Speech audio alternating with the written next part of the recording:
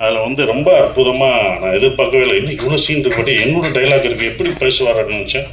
ஆனால் அற்புதமாக பேசி இது பண்ணிட்டாப்புல. படம் பார்க்கும்போது உங்களுக்கு தெரியும், இந்த படத்தில் யோகி பாபு சார் எல்லாமே இருக்காங்க, பெரிய ஆர்டிஸ்ட்லாம் இதில் இருக்காங்க. யோகி பாபு இருக்கார், நான் இருக்கேன். எல்லாமே இருந்தாலுமே அந்த குட்டி பையன் முள்ளியாக நடிக்கிறான். அவன் தான் இந்த படத்தில் காமெடியனே. உங்களை சிரிக்க வைக்கப்படுறது அந்த பையன் தான். நாங்களாம் கேரக்டர் ஆர்டிஸ்ட்டு, அவன் தான் காமெடியனாக இருப்பான். அது இது பண்ண மாட்டோம். அது கண்டிப்பாக அவங்க நிச்சயம் கொடுக்கும். அப்புறம் மியூசிக் ஷான் ரோல்டன், அது அவரோட நம்ம ஒரு படத்தில் நம்ம பாட கேட்டுக்கிட்டே இருந்தோம், அவரை பிடிக்க முடியல. அது ஒரு படம், இவர் பாட வருவார், நான் ரொம்ப பிஸியாக இருந்தார், பாட முடியாதுனாங்க. ஆனால் இந்த படத்தில் எனக்கு 2, 3 எத்தனை வாய்ஸ் கொடுத்துக்கிட்டே இருக்கார். இது பார்த்தா நம்ம அடுத்த படத்தில் ராஜ்மோகன் படத்துலையும் அவர் தான் மியூசிக். வா நீ அப்போ விட்டல, இப்போ நான் பிடிச்சிட்டேன் பாரு அப்படின்ற மாதிரி தான் இருந்தது. பட் ரொம்ப ஜாலியாக இருந்தோம். நாங்கள் ப்ரொமோஷன் போடுறதெல்லாம் அவரும் நானும் அழகாக சேர்ந்து போயிட்டுருக்க ஒரு விஷயம். மோகன்ராஜ் எனக்கு ரொம்ப சந்தோஷமாக இருக்குது. ஈசனில் பண்ண மோகன்ராஜ் இந்த படத்தில் முழு பாடலும் எழுதியிருக்காரு. அடிக்கடி அவரை பாராட்டி சொல்லும் போதெல்லாம் எனக்கு நான் ஜெயித்த மாதிரியே அப்படி இருக்கும். அவரை பற்றி சொல்லும்போது சார் தேங்க்யூன்னு சொல்கிற மாதிரி. மோகன்ராஜ் சார் அப்போவே அவர் நல்லா தெரிஞ்சிருக்குன்னு சொல்லி, இல்லை இதெல்லாம் எழுதியிருக்காரு, எனக்குலாம் தெரியல, நீங்கள் எந்த பாட்டு எழுதியிருக்காங்க, இந்த பாட்டு எழுதியிருக்கான்னு சேனல்னு சொல்லுவாங்க. தெரியுங்க அவர்கிட்ட, நான் அப்போ இருந்து சொல்கிறேன், பின்னாடி உட்காருங்க, முன்னாடி உட்காருங்க. இன்றைக்கி முன்னாடி உட்காந்துருக்காரு. இப்போ தான் நீங்கள் எல்லாருக்கும் தெரியுவீங்க.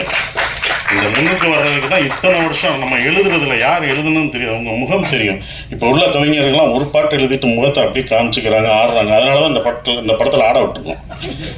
அவரை வாங்க ஆடு, அப்படியும் இருக்குக்குள்ளே போகிறாரு, ஏற்கனவே முகம் தெரியல தான் உங்க ஆட வைக்கிறோம் அப்படின்னு சொல்லிட்டு இருட்டில் தான் ஆடிடுவார். அப்பயும் கூப்பிட்டு வந்து இந்த படத்தில் ஆட வச்சுருக்கோம். ஸோ அவ்வளோ சிறப்பாக இந்த பாடல்கள் எழுதியிருக்காரு. ஆனால் ஒன்று சொல்லுவார் அடிக்கடி, எனக்கு ரொம்ப பிடிச்சிருந்த வரிகள்லாம் நிறைய எழுதியிருக்காரு.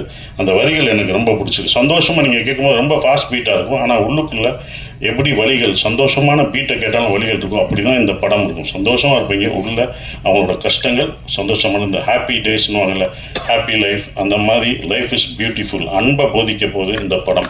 வெளியில் வரும்போது நீங்கள் அன்போடு வந்தாலே அதுவே எங்களுக்கு வெற்றின்னு நினைக்கிறோம்.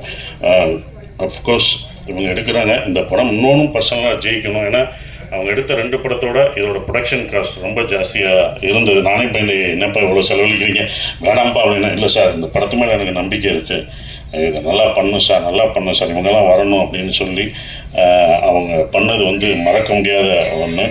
அவங்களுடைய நம்பிக்கைக்கு இந்த படம் வெற்றி பெற்று அவங்களுக்கு என்ன செலவழிச்சாங்களோ அந்த காசு வந்து கொடுத்துட்டாலே எனக்கு ரொம்ப ஒரு ப்ரொடியூசராக நான் சந்தோஷப்படுவேன். அது வரணும், அப்போ தான் அது நல்லா இருக்கும்னு நான் நினைக்கிறேன். மற்றபடி இதை நீங்கள்